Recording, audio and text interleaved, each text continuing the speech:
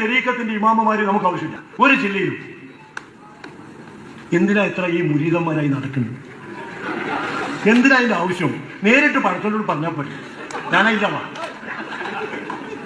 അപ്പൊ അതുകൊണ്ട് മലയാളത്തിൽ പറഞ്ഞു ഇടയാളന്മാർ വേണ്ട. നേരിട്ട് പടച്ചവനോട് പറഞ്ഞാൽ പോരെ, ഞാൻ അതിന്റെ ആളാ, ഇടയാളന്മാർ വേണ്ടെന്നാണ് അദ്ദേഹം കാര്യമായിട്ട് അദ്ദേഹത്തിന്റെ രാഷ്ട്രീയ പ്രസംഗത്തിൽ പറഞ്ഞത്. അയാൾ എന്തിനാ കാര്യത്തിലേക്ക് എടുത്തിട്ട് അദ്ദേഹത്തിന് അതിനെക്കുറിച്ച് വല്ലതും അറിയാമോ? അദ്ദേഹം അതിനെ സംബന്ധിച്ച് വല്ലതും പഠിച്ചിട്ടുണ്ടോ? അദ്ദേഹത്തിന് ആയത്തറിയാമോ? ഹദീസ് അറിയാമോ? ഞാൻ പറയട്ടെ, 20ഓളം ആയത്തുകൾക്കെതിരാണ് അദ്ദേഹം പറഞ്ഞ ആശയം. 20ഓളം ഖുർആനിലെ ആയത്തുകൾക്കെതിരാണ് അദ്ദേഹം പറഞ്ഞ ആശയം. അല്ലാഹു സുബ്ഹാനഹു വ തആല ഇവിടെ പഠിപ്പിച്ച 20ഓളം ആയത്തുകൾക്കെതിരാണ് പറഞ്ഞ ആശയം. അല്ലാഹുവിന്റെ റസൂൽ പറഞ്ഞ ആ വാക്ക് ഒരു മാറ്റവുമില്ലാതെ ഇന്ന് നമ്മുടെ നാട്ടിൽ ചിലയിടങ്ങളിൽ പറഞ്ഞാൽ പുരോഹിതന്മാർക്ക് ഹാലളകും, മുസ്ലിയാക്കന്മാർക്ക് അത് പ്രശ്നമാകും. റസൂൽ പറഞ്ഞ വാക്കാണ്, സല്ലല്ലാഹു അലൈഹി വസല്ലം, സഹീഹായ ഹദീസാണ്. വഇദാ സഅൽത ഫസ്അലില്ലാഹ്, ചോദിക്കുകയാണെങ്കിൽ അല്ലാഹുവോട് ചോദിക്കുക.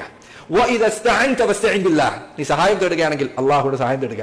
നോക്കൂ, നബി സല്ലല്ലാഹു അലൈഹി വസല്ലം ഒരു കുട്ടിയോട് പറഞ്ഞു കൊടുക്കാൻ റസൂൽ പറഞ്ഞു കൊടുത്തില്ല. സല്ലല്ലാഹു അലൈഹി വസല്ലം, മോനെ നീ മരിച്ചു കഴിഞ്ഞാൽ എന്റെ ഖബറിന്റെ അടുത്ത് വന്നോ, എന്നെ മുൻനിർത്തി ചോദിച്ചോ, എന്നെ മധ്യസ്ഥനാക്കി ചോദിച്ചോ, എന്നോട് ചോദിച്ചോ എന്ന് പറഞ്ഞില്ല.